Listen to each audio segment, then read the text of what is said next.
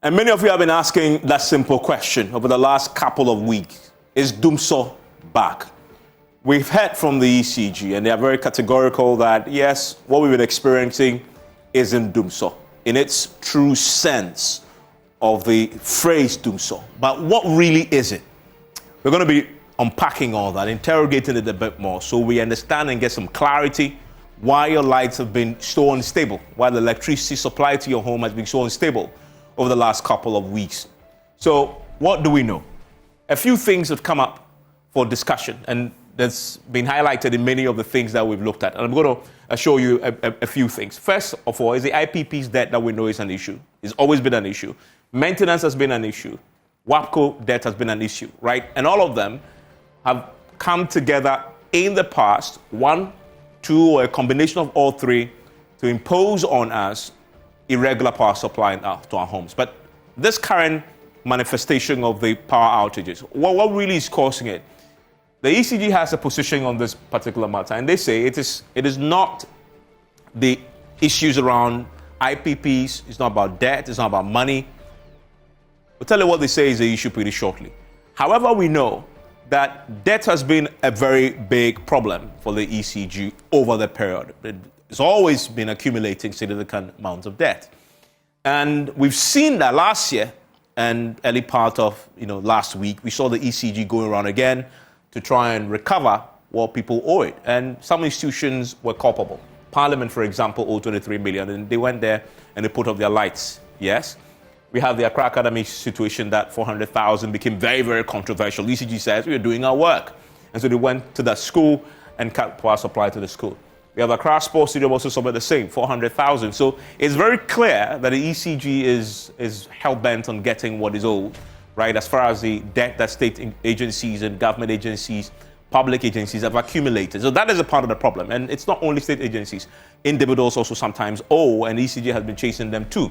So that's just one part of the ECG problem. It's about money, and they are chasing to get it. So we've had a situation in the last few days on the back of the irregular power supply. We've heard from the PULC. And the PULC, they were very emphatic that the outages you were experiencing in your home was a result of fuel shortage. Either we didn't have the money to buy the fuel, or there was a problem that was curtailing the supply of the fuel. And the last time this happened, it was a WAPCO issue. And I illustrated at the beginning of the three major concerns and the reasons why we've had power shortages. WAPCO, we owed WAPCO. So they turned off the valve.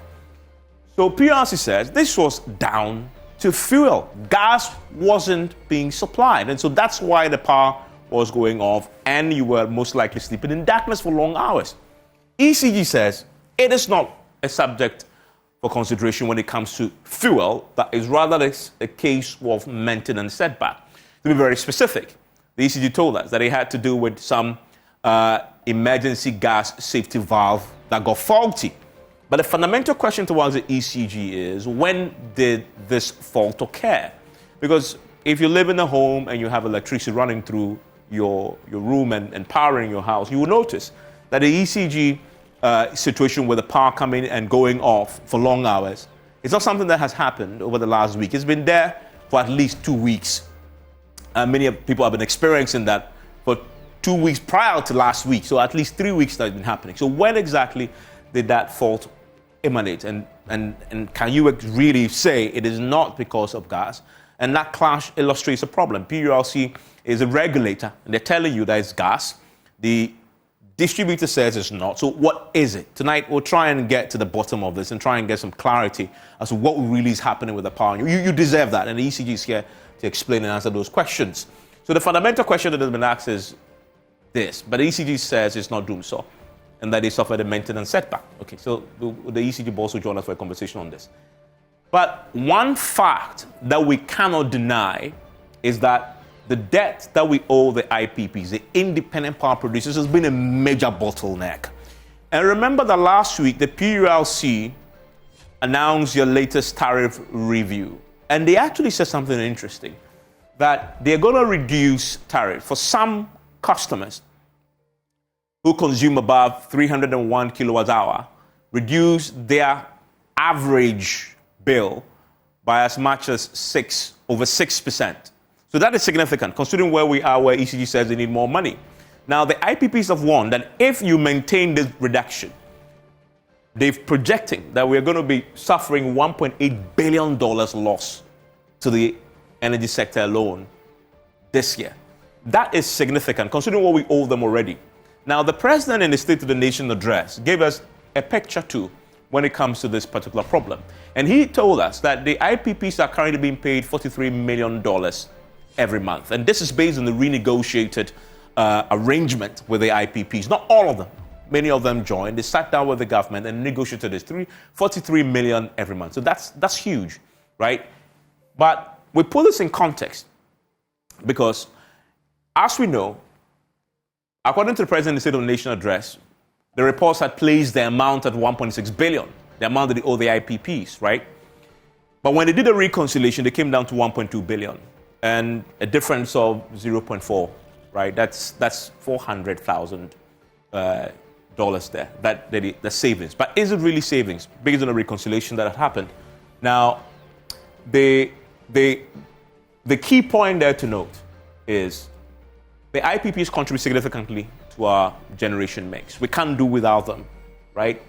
As we currently stand, 54% of the total power available to us is something that is coming from them. So dependable capacity is what I'm talking about. It's something that we rely on very significantly. They threatened over the period that they would shut down, but that isn't an issue right now because that has been negotiated. The point I'm making is it is still an issue on our books that needs to be dealt with. And the IMF itself raised it, that we need to have a conversation with them, right? Considering how important their contribution to our energy sector is and the power that you have to your homes is. And they are warning us that if you look at the current tariffs that was announced by the PLC, some reduction there of in excess of 6% for a certain category of consumers, as I mentioned earlier, we're going to be talking about 1.8 billion lost down the line this year alone. Is it something that we can accommodate considering where we are right now? Indeed not.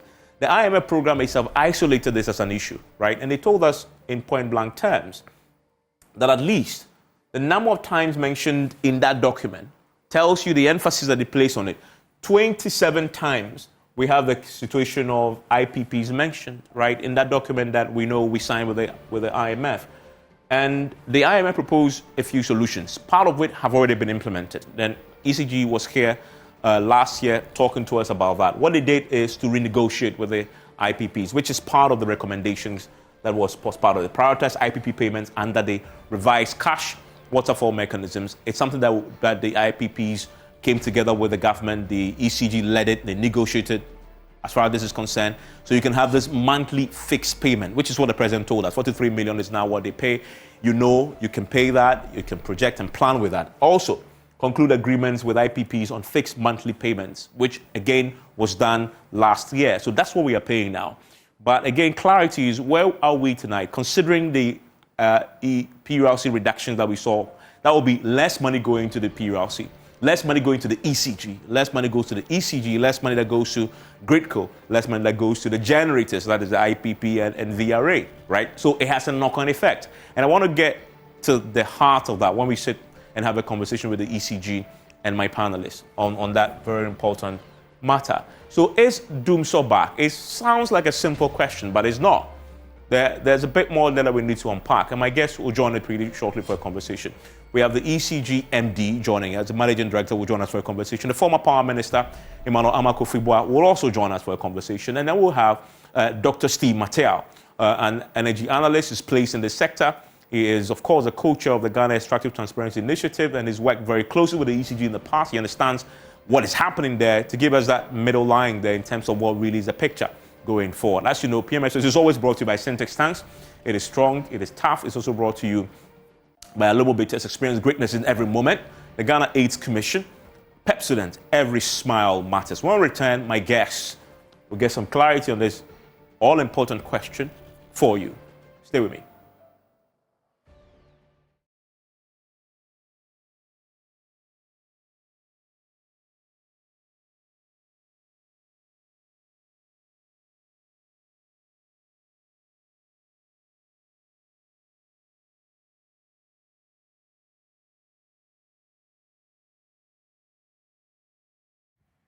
And thanks for staying with me here on PM Express. My guest joining me tonight for a conversation are the Managing Director of the ECG, Samuel Dubik Mahama, joins us for a conversation tonight. Also joining me for a conversation is Ama Kofi Boy, he's a former energy minister, and Dr. Steve Manteaw, he's a co-chair of the Ghana Extractive Industries Transparency Initiative. As you always know, the PM Express is brought to you by Pepsodent, and also brought to you by Syntex Tanks, Alomo Bitters, and also by the Ghana AIDS Commission. And the Syntex Tanks brings you the tank that you need to rely on because it is one that never fails. It has a 7 years warranty. Nobody else has that, and they are across the country. You can call them now. They also have the bespoke offering. Nobody else, again, has that. You can get whatever size color you want, 0244-335-168, or shop online at syntexgh.com. Syntex Tanks are your stronger, your tough. Pepsodent Cavity Fighter is also one that I recommend strongly because of its cavity fighter that it has, fortified with pro-fluoride and micro-calcium ingredients, sealing tiny and invisible holes in your teeth. This prevents cavities, keeps your teeth strong and mouth healthy. And they come in various packs, ensuring that you can afford something. Definitely, you can always get what you can afford at any time. Indeed, Pepsodent, every smile matters. And thank you all for joining us for a conversation tonight on this matter that has been agitating a lot of people. Mr. Dubik Mahama, let me start with you. So where we are tonight with the power situation, you say this is not Dumsor. So tonight, as we speak, are you shedding load? We are not shedding any load tonight. Everything is intact. And our customers are enjoying a very stable power supply as we speak. Even yesterday, there were some interruptions or what we call disturbances on the line. Gridco suffered some fire at the Malam BSP, so we had to isolate and drop a few lines. But with the requisite work done, we quickly restored power. As you know, we distribute what we get. So from the upstream, when there are any disturbances from the upstream, it actually affects our job on the downstream side. Okay. But in the last 2 weeks, in fact, 3 weeks, because everybody uses electricity and ECG is a monopoly, so you use it. I experienced it too. We've been having this power challenge. Lights going off. There hasn't been a plan yet. I've heard you explain it. What caused it? What's happening there? Evans, at the beginning of every year, there's some maintenance that comes into play. I remember very well somewhere last year, it was Ghana Gas that had to shut down for some maintenance, and we had to make preparation for the purchase of some liquid fuels to keep the power up. This year, what we have suffered is mostly on the low voltage side, which has to do with ECG. Especially in the Shanti region area, we had a lot of underground cables exploding due to the heat that we've experienced over this period. What then happened was these underground cables have high voltage, so we had to replace some of them. And when you're trying to replace them, by the time you realize you get to a place, there's a building on the underground cable. So you now need to have to rework and rewire your whole plan to see how you can join it through a different spot. On the other side, we have been experiencing a lot of overloads on a lot of our transformers within lots and lots of localities. I have always said that the next big conversation that we are going to be having, saying there's Dumsor. The Dumsor that we are going to experience is not going to be on the side of, let's say, lack of generation, but what we are experiencing now is mostly on overloads. At peak, we have come to realize that a lot of our transformers have a lot of customers on them, more than what we have prescribed. Going through our system, there's a required way of doing it. We actually do 10 of the transformer before customers are loaded. But when you check through our SCADA systems, you don't even find out when those transformers were turned off for people to be loaded. I say this because if it hadn't been for the issues that we experienced in Sobenya and in Krobola and with our customers, we wouldn't have even known that local electricians had a way of onboarding people onto transformers without our knowledge.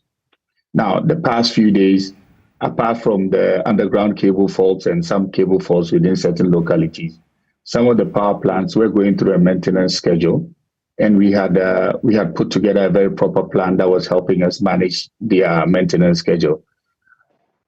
So at some point, we didn't have a backup, and one of the power plants that we were relying on to make sure that the buffer was okay suffered a gas valve, an emergency gas valve failed. So when that happened, we had to take certain precautionary measures. This is gas.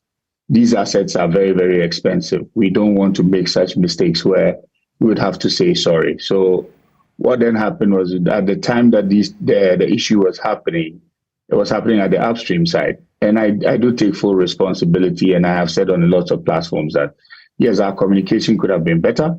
We should have communicated that out. But I think on the upstream side, everybody was hoping for a quick reconciliation to the matter. But that didn't happen, and it led to what we would say some outages, which were quite unfortunate. Oh, the three challenges you've mentioned, when did this start? When, over what period exactly? Precisely, let's start with the first one of the overheating of the underground cables. So the thing is, around this time of the year, it's very hot. Around this time of the year, we try to manage all of these things, including jumper cuts and fuses that blow up and all of that. That's on the low voltage side. And so these started somewhere around 3 weeks ago. And we've been trying to manage all of this also with the outages, with the maintenance schedule. But I must say, when you hear people brandish numbers of outages or brandish numbers of kilowatts or megawatts that have been dropped to the tune of about 580, when you talk about 580, you're talking about shutting over 60% to 70% of the country off, and that never happened. Okay. So I mean, but I have a question on the reason though.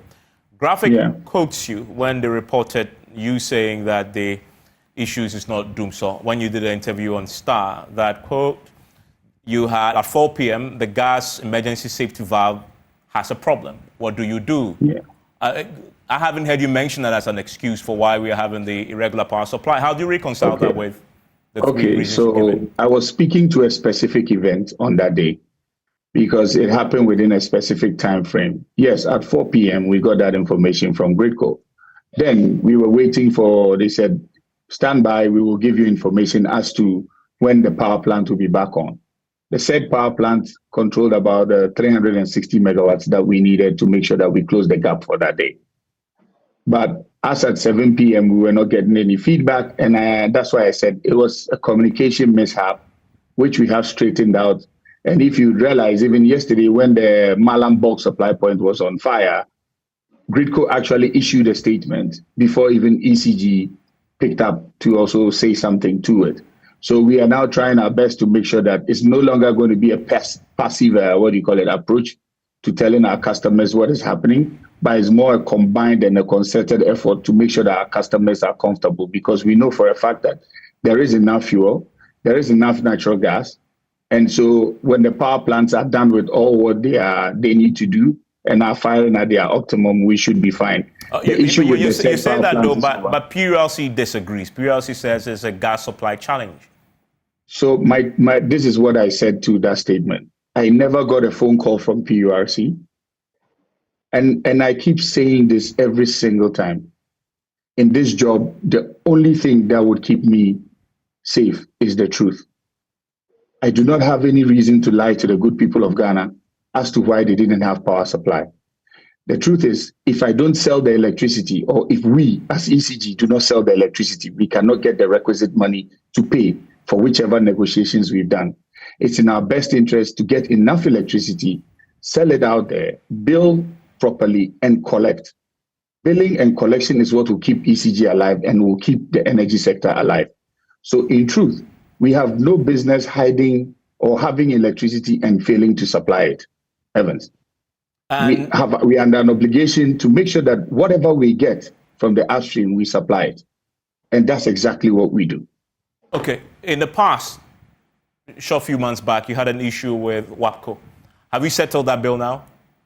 We've settled that conversation. WAPCO, now we and WAPCO and GMPC have a firm understanding of moving forward. ECG has stayed current with its obligations to WAPCO, and so has GMPC. So fuel, we don't have a problem, including the reverse flow pipe from the Western Corridor to the Eastern Corridor. And then also, let's not forget, the reason why I may think PURC would say it's a fuel problem is because the West Africa gas pipeline from Nigeria is actually undergoing some maintenance, so they've reduced the amount of gas that they are pumping to this side of their pipes. How are we making up for that shortfall? We are making up for that shortfall with the requisite liquid fuels that we've purchased. VRA has purchased some good amount of DFO for their power plants. ECG, in connection with the Ministry of Finance, have made available, Ministry of Finance and Ministry of Energy have made available some amount of HFO for AXA to cover these shortfalls. Look, the requisite things that have to be done have been done. All through the Christmas period, we did the same measures to make sure that the lights stayed on. That's why categorically I can say that at this point in time, we know we are undergoing some maintenance issues. And all of a sudden, these common maintenance issues that happen yearly are being blown out of proportion. But it is fine. It may be probably because of the time we find ourselves in and all of that. But as I keep saying, if you play politics with the energy sector or the power sector issues, you're going to just hurt yourself for nothing, because electricity issues do not have party colors. They are red, gold, and green with a black star in the middle. Let's do our best to support our only utility company, and let's do our best to make sure that all the conversations around it are very honest and straight to the point. ECG, and I repeat, ECG has no reason to lie about its situation, because if we lie about our situation, who's going to save us? We don't have any reason to play politics without not having the electricity to give to you. Who's going to save us? We took the steps, as you said in your preamble, to have these conversations with the Ministry of Finance and Ministry of Energy, to have these negotiations with the IPPs. As I'm speaking to you, from one of the things you said, apart from only 2 power plants, everybody else doesn't have a 100% take or pay. And the 2 power plants, almost done with one of them. So we would have a composite tariff, which will now bring down their payments to a very reasonable number that we can accommodate. And that's a conversation I'll pick up on the latest with the IPP settlement. I'm going to bring in Ama Kofi-Boah. Mr. Kofi-Boah, so you've heard the ECG's explanation for why we're experiencing the erratic power supply. Are you convinced? Well, I wish a good friend, ECG MD, were focused on the challenges ECG has. And I'll talk about ECG challenges. ECG is the weakest link in the value chain. It's the biggest headache in the energy sector. And it's a fact. If you recall, what causes Dumsor is not always one thing. It could be generational shortfall, the issue of fuel, and financial challenges in getting some of these things done. So it's always all these factors coming together to create Dumsor. Today, as we speak, and I'm happy the MB is on. Today, as we speak, the reason we don't have a generational shortfall and say that we don't have Dumsor in terms of generational shortfall is that the MD of ECG rushes to buy heavy fuel oil for AXA today. The only reason why AXA is operating is that ECG bought AXA heavy fuel oil to operate. Sometimes in the midst of crisis, we rush, but there are bigger issues, and those are the bigger issues that are confronting us. And so, but at least you accept that as we speak, the erratic power supply is not because of lack of money to buy gas. By the time I finish, you probably get a better answer. In the last few days, we've had problems. And I said the problem we are facing now is leadership, management problem, both financial and technical. Today, as we speak, for example, TAPCO in Takoradi was shut down because they wanted to fix a rotor problem. It's taking 4 months for that rotor to come in. It just arrived today. So, for example, if a decision that we knew would take 4 months to happen, if probably in hindsight, wouldn't have shut down the plant. We know for a fact that Ameri, that we've all talked about, remember the NDC period, Ameri that was so demonized, Ameri that, frankly, at some point we almost paid 1 billion for, it's paid for. And now it's so valuable that this government says that they are dismantling the plant and they are sending 6 units to Kumasi. Well, they started that process long time. The timelines for completion has not been done. It was supposed to be set up and assembled in Auma, so it's not happened. The 4 units were supposed to be used for T3. It's also not happening, so Ameri is out. You remember when the NDC government led by President Mahama and President Mills made their soul rest in peace. And I don't want to take you into the past, but every time we've had crisis in the past, we've had crisis initially because we waited too long to plan and strategize and add power additions. And I talk about Kosovo when it took us almost to 1972 to add power. We had crisis. Almost to 1989, we had crisis when we brought TAPCO. 1991, we had crisis and we brought TICO. By the time NDC comes to power, we are in this terrible crisis, and 3 things have converged that I've said. We had the issue of challenges getting fuel, we had the issue of generation deficit, huge one, money. And so what did we do? We addressed this with short-term... Yeah, I mean, but I don't want to dwell too much on... I don't want to dwell too much on the past. Forward. The reality so today is people are experiencing power outages. Yeah, but we've had the explanations. You accept that is indeed the case. Let me bring it to you. ECG itself, today as we speak, ECG itself, the collections roughly about 1 billion. ECG's losses, both technical and commercial losses, is roughly about 30%. And the MD can correct me. I'm sure they are doing everything to try to reduce those losses. What are the causes of those losses? Technical losses are as a result of poor standards of some of the equipments or obsolete equipments. Commercial losses are as a result of ECG's own inability to collect money, meters that are not functioning well. Somebody will call that they need meters. It will take forever for ECG to replace it, and all those human errors and challenges. So the truth of the matter is that in advanced society, where we want ECG to be is to have about 6% technical and commercial losses. If you buy 100 megawatts of power, and before you start, 30% has not been accounted for, you are not going to be able to make enough money to pay for all these players. That is the fundamental challenge. If you recall why we were pushing so hard to try to reform ECG, and I won't talk about PDS because you know the story. And what happened? That today we don't even know how much PDS collected. So we have fundamental problems with ECG. Do you know that the people of Ghana are paying roughly almost 7 billion in levies, both in fuels and electricity levies, about 5 times? But by no means, it's important. And that amount of money, but for many people, it's just a case of having the lights on, right? I'm telling you, do you accept though that we don't have Dumsor? That is a fundamental question we're asking, right? Do you accept that this is not Dumsor? There is Dumsor, and the sources of the Dumsor are in three areas, and that's what I'm trying to address them. I'm telling you that the money we've collected through levies, over 7 billion, which is being managed by the Ministry of Finance, is not transparently being managed. So we have problems there in paying those bills, and the ECG MD probably knows more, and he could attest to that. He knows that he's not collecting enough from to pay for this day. So that's one aspect of the problem. The second aspect is what this government has banded around. You talk about the negotiation. The president, after 7 years, still talks about the progress in negotiation, and very soon they will come up with final numbers. But they have the truth of the matter is that they have. Now they pay the IPP 43 million a month. Well, he said they are planning. I'm saying that is not concretized, but I'm telling you, it's not that we are planning. It's not that we are planning. That's what we pay.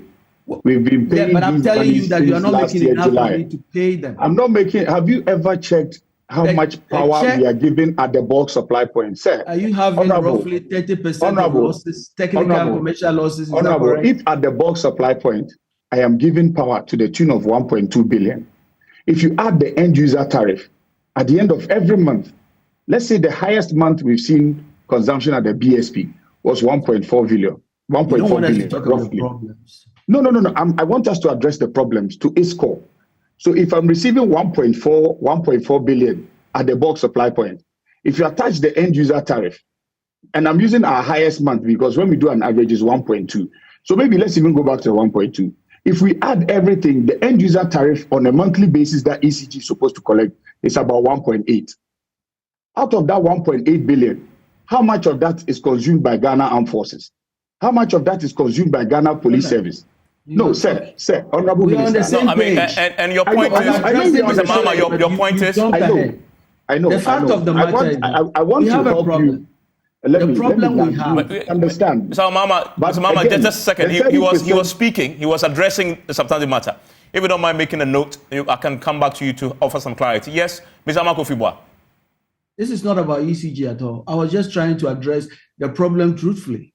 And I'm telling you that we have systemic problems. It's about management. I said I summarized the problem in management, both financial and technical. And I was giving you the technical challenges. And I was telling you, for example, how in terms of timing, we took off certain generation that has affected us. I am talking about gas, for example. We brought Ghana to the gas era because one of the biggest problems we had was the issue of fuel. And so you know the story of how the Atuabo plant, the ENI gas came. One of the things that we knew we had to do was immediately get gas through the reverse flow, through the West Africa gas pipeline. But we knew that we needed to have an independent gas pipeline that will allow us to send our own gas to the West. Look at the power plants there. Asogli, AXA, SemPower, KTP, Senate, Early Power. These are all stuck in the West. And often what happens is that we owe WAPCO. And WAPCO will not even allow us to pass our gas, even our indigenous gas. Yeah, but that problem, it says, has been addressed. It has not. Please, it has not. Please, let's talk about the problems in the real way. And that's what I'm telling you. You say the WAPCO issue when it comes to debt hasn't been addressed? We don't owe West Africa Pipeline. We don't owe them a penny, and that we not owe them. I'm just telling you that we have a problem.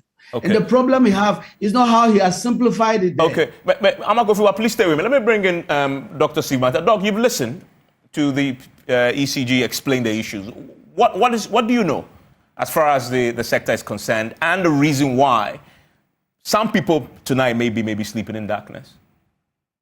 Right. Thank you very much. And truth be told, most of the energy sector challenges that we have were brought on by the politicians, including the likes of Amma Kofi-Buah.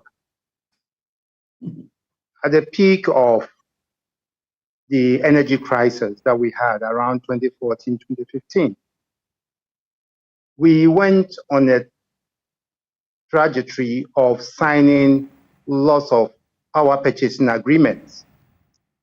Some of them were even signed without the involvement of ECG. And a lot of them had very little value for money consideration, as a result of which a lot of them have to be renegotiated. That was also the era we saw the political meters, the shared meters. In fact, if you go to a part of the Ashanti region around the Barikesi area, I know that many of the people in that area have been enjoying electricity for free because they were installed by politicians who were clamoring for votes. So we cannot leave out the role the politicians have played in compounding our energy sector challenges. I'm sorry that I have to come in, but Mr. Manteaw, let me ask you a question. Go ahead. Are you saying that the problem is as simplistic as you said? So today, when the energy minister, who has signed a new PPA with AXA, and is take or pay, you are saying that it is simplistic, and that after they have talked about the fact that it is not something they would do, why did they do that? Why don't you talk about who in his right mind in Ghana will come and invest $500 or $1 billion in the circumstance I was describing to you? Why don't you talk about the fundamental problems that lead us into the challenges we have? Okay. You don't make it simplistic. Is Amakofi the reason why we are paying judgment debt for the cancellation of Mr. Manteaw, Okay. Mr. Manteaw, let me correct you. Manteaw was on the floor. I want to hear him now. The question has been asked. The question has been asked. I want to hear him, Mr. Manteaw. 100% take or pay cannot be the same as 40% take or pay. Let's correct that. Honorable Kofubua, I'm happy at least you have not challenged the fact that a lot of the power purchasing agreements were signed with very little value for money consideration. But I'm asking you a question. And again, and you don't ask me a question. You challenge what I'm saying if it's not true. That a lot of the power purchasing agreements were signed at the ministry without the involvement of ECG. But that's not true. That is true. Most of the PPAs were signed by ECG itself. That's the fact. Some were signed by them, some were signed by the politicians. I tell you this for a fact. I know for a fact that I didn't sign a PPA. I signed it with ECG. I know for a fact. Honorable Amakufugwa, are you aware of the shared meters that were brought in by politicians? You answer it. Which are not captured in the ECG database. I know of the rural electrification problem. We are not talking about rural But Dr. C. Manteaw, Dr. C. Manteaw, substantively though, this government had been trumpeting their urgency to renegotiate all these contracts. They've had 7 years now to do so. The president was reporting on, they said they've been very successful. I mean, so these legacy challenges, they've had enough time to fix it, but we still have problems right now. Yes, it's easy to create problems than to solve them. Because the fundamentals are not being solved. So can I come in here? Sorry. Steve Manteaw was on the floor. I want to hear him. I want to hear him make his substantive point, please. Yes, Doc. So what we don't have in the sector today is perhaps a bit more transparency, because there are steps that we've taken to try to address the challenges in the sector, including the renegotiation of some of the power purchasing agreements, the introduction of the energy sector levy. We haven't had much accountability in terms of how much we paid through the levy and how much of the debt we have to go or to clear. There are a lot of other issues to consider. Look, we have a situation where, for instance, Tema Oil Refinery, for about 30 years, we continue to pay toll recovery levy without nobody accounting to the people how much of the debt has been cleared and how much is left. And it's the same lack of accountability we have in the payment of energy sector levy without proper accountability of how much more remains outstanding. So I think that, yes, the bottom line for me would be a money matter, but we know we are all going through economic crisis, and that is where bad economic management has brought us. But the ECG says, the ECG manager says it's not money at all. They do not have money issues with the gas, and that's not why we are having the current power crisis challenging. Evans, that's the point I made earlier. When we say that, it may not be entirely correct. Because, look, the arrangements we've entered into are good to give us a breathing space, but they are not sustainable, and they won't clear the energy sector debt. And so we need to do much more than this temporary arrangement that will give us the breathing space to do the more sustainable stuff to clear the debt. So, mark my word, months down the line or a year or so, we'll come back to where we are today, because we are not dealing with the energy sector indebtedness in a more sustainable way, in a way that clears them and brings us to ground zero. So every now and then, we'll have daggers on our neck to pay or cough up. We know that the 43 million that we are supposed to pay will require ECG to mobilize much more of the tariffs revenues. I like what the current managing director is doing, taking the bold step to disconnect institutional debtors like the parliament. Last year we saw airport and all that. I think the difference between this current management and the previous management is the fact that they have the boldness to go and collect, and we want to encourage them to continue in that line. But again, I need to commend the executive for not interfering. I don't know if there are threats being thrown your way, but I think that if there are no political interferences in your work, then that is a credit to the current administration. I think that's what we need to do to make ECG efficient. Okay. But at least, Mr. Manteaw, I'm happy that you went straight to where the real problem is, which is that the energy sector levies that were envisioned by President John Mahama, which is giving us roughly over 7 billion a year, is being mismanaged. You are focusing on 1 billion that is being collected by ECG. And you have to accept that ECG's losses of 30% is too much, it has to be addressed. And that 7 billion of energy sector levies will have paid all the debt if we really focus transparently in its management. So for you, that was a sustainable solution to the problem. That's the bit you like. That's the bit you like, but I'm looking at the issues objectively from where I sit. And I see politicians are complicit. Okay, gentlemen, let me quickly hear from Dubik on two quick questions. Dubik, I know you have substantive matters you want to address, but address this for me because people want to plan with their lives. So the maintenance that you cite as the reason for largely the power being unstable, has it now complete? Is it now complete?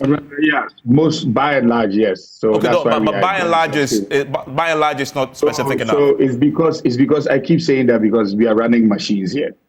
The day before yesterday, we suffered fire at one of the Malam, but we are running that machines. Is not maintenance. That is an unforeseen event.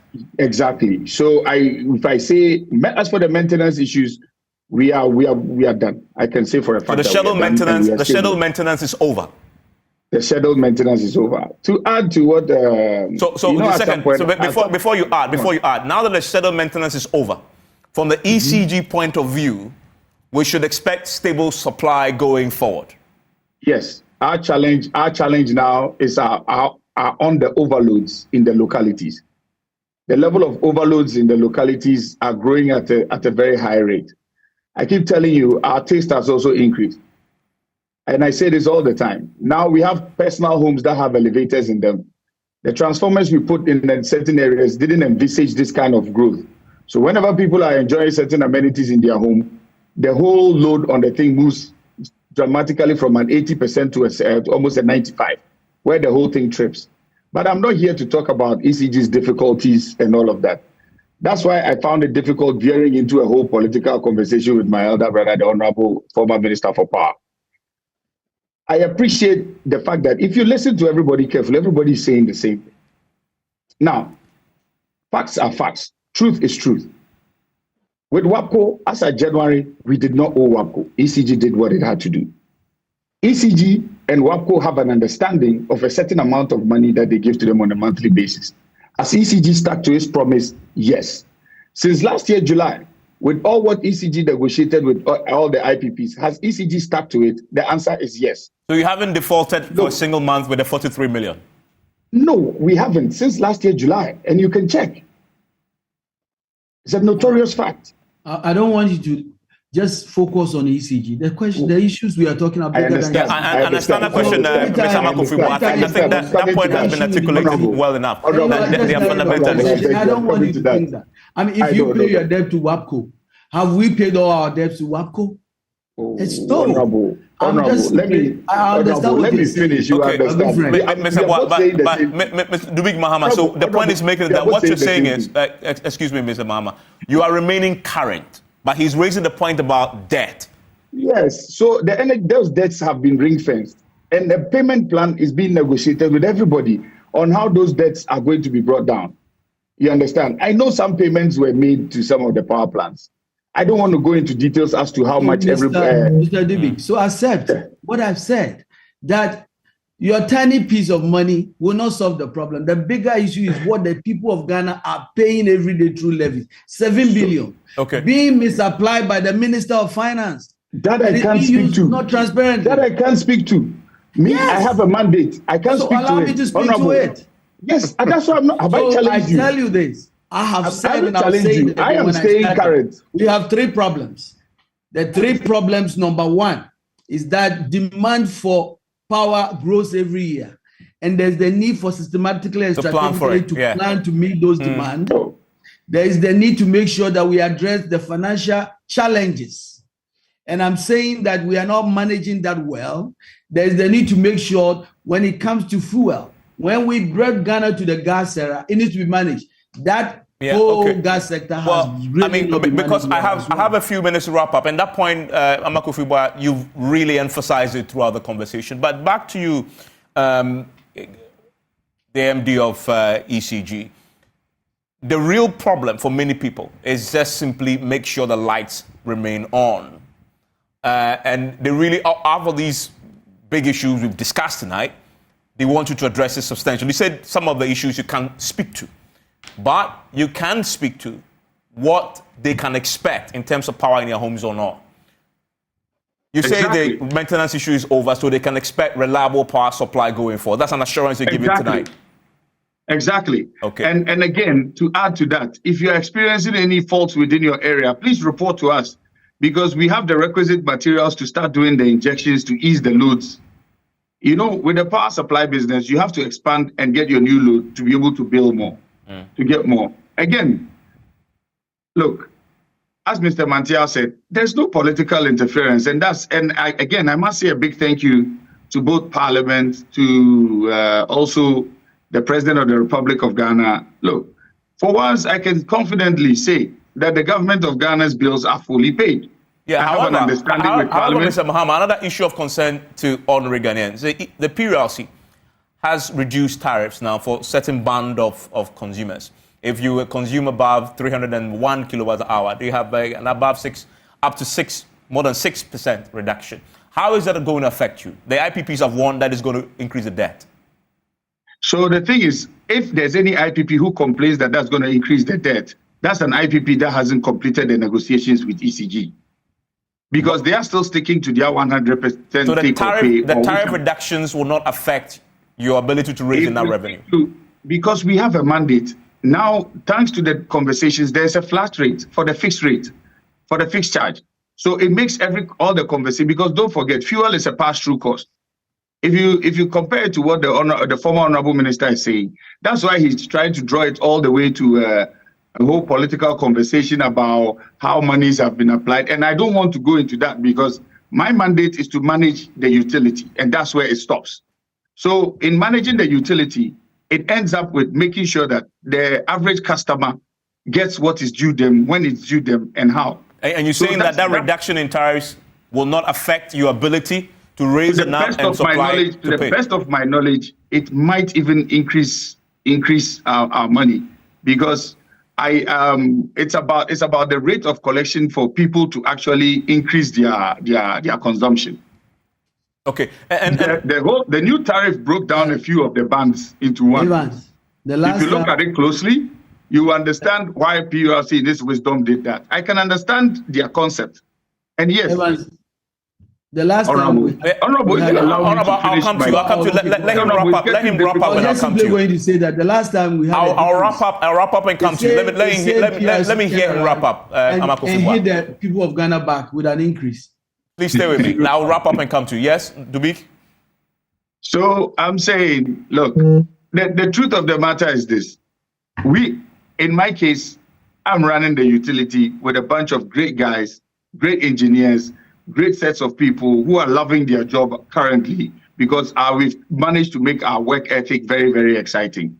We do not want to veer into the politics of keeping the power on, but rather make sure that we keep the power on. Okay. We have a mandate, and that is what we are focused on, and making our customers happy. And in a minute, another issue had come up. I saw Fidelity issue a statement on this. It boils down to potential losses that you may incur, and it comes to the dollars you bought from Fidelity Bank. Now, tell me, what was the rate that was used in that? Questions have been raised about, you paying above market rates. So let me say this. Let me take this opportunity to say a big sorry to Fidelity Bank for what has happened. This was not our intention. And also to acknowledge the fact that CSOs are a very, very important institution in our growth, especially in terms of policy.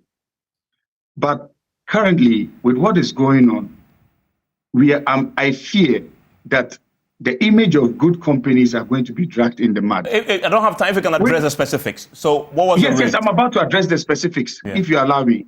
Look, what is being reported means that if they are saying it's 13, that means that Fidelity has breached the rules of Bank of Ghana and their license should be taken away. That's one.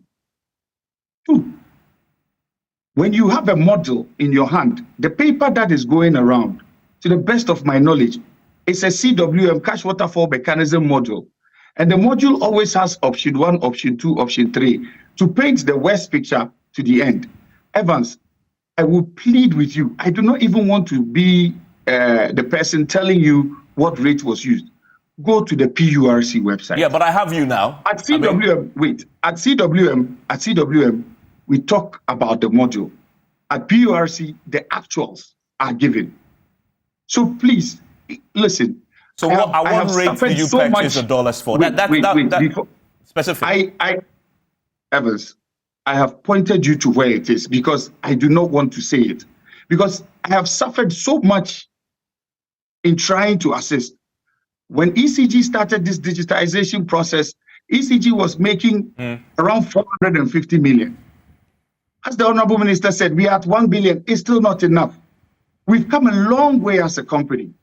You again have people saying ECG is giving somebody 6%, 5%, 3%, when I have categorically said at the Public Accounts Committee that there is no contract in place. Nobody is giving anybody anything. But people have their own agendas. And this 6% thing was said on Joy Newsfile. There's this systemic Are you still responding to the rate issue? Yes, I'm going to respond to the rate. No, but I don't have time. I just run out of time. Look, even before the show, I told you where to find what rate was used. And I told you point blank that on this show, I don't want to be seen here trying to defend myself because everybody will have their day. Okay. This is it. They took to Twitter to do what they wanted to do. Let everybody have their day. Because let's be fair. But this is your day. Well, where else? No. I will not use this media because I am they could have come to me under RTI. Evans, my doors are always open. Okay. So they've written to you formally. You can ask every single person. You never say you called me and I didn't pick up. Okay. If you've seen something like this, why don't you call me for the requisite explanation? But you're confirming that they have filed an RTI request with your office? I haven't received a copy yet. Have they filed it? Okay. If they have filed it, then I'm waiting to receive a copy. Okay. And I will respond to it diligently. Okay. Because we are getting to a point in our country's life that waking up in the morning and brandishing things that are not true is not fair. I told you something. Doing this job is not the easiest thing. To have your life being threatened, to have your life of your kids and all of that, putting it in limbo, it's not fair. So has that happened to you? My brother, yes. And and you know, the funny thing is, it's always when it's about people complaining that somebody has taken some amount of money or something has been moved. It's not fair. Get the facts right. Okay. There are people's reputations at stake here. You just don't sit down and with the swing of a bat, just say what you've seen when you haven't even verified. Because I believe strongly when you find something, you give somebody the benefit of the doubt. Okay. The Big Mama, thank you very much. And I need to give a quick 30 seconds to my guests to wrap up on this for me.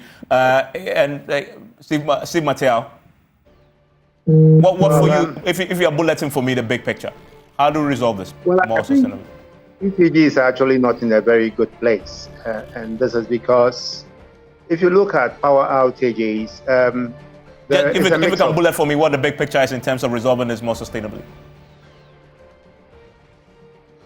I think the PRC will have to be more proactive in its regulatory functions and ensure that whenever there are issues, it comes out timely to provide the explanation to the public. ECG could also improve on its communication in terms of instances of power outages. Okay, that's what I would say. Amakofiwa, what about you? Bulletin for me for you. Sadly, the challenge the NDC came to meet when we came for the 8 years was one, a failure of government to systematically, strategically plan generational additions. This has happened again for 7 years, and it's going to be 8 years. This government has failed to plan. That issue is there. The issue of finance, money, has not been managed well, as I said. 7 billion every year is not being managed transparently, and so we are not able to pay the debt the way we should. The issue of gas, we solved the problem. All the structural problems are still there, waiting for NDC. Sadly, this is what I predict. Okay. The NDC is going to, God willing, assume power and deal with these challenges in a bigger way. Okay. Amako Fuba, thank you very much. Enjoy the rest of the evening.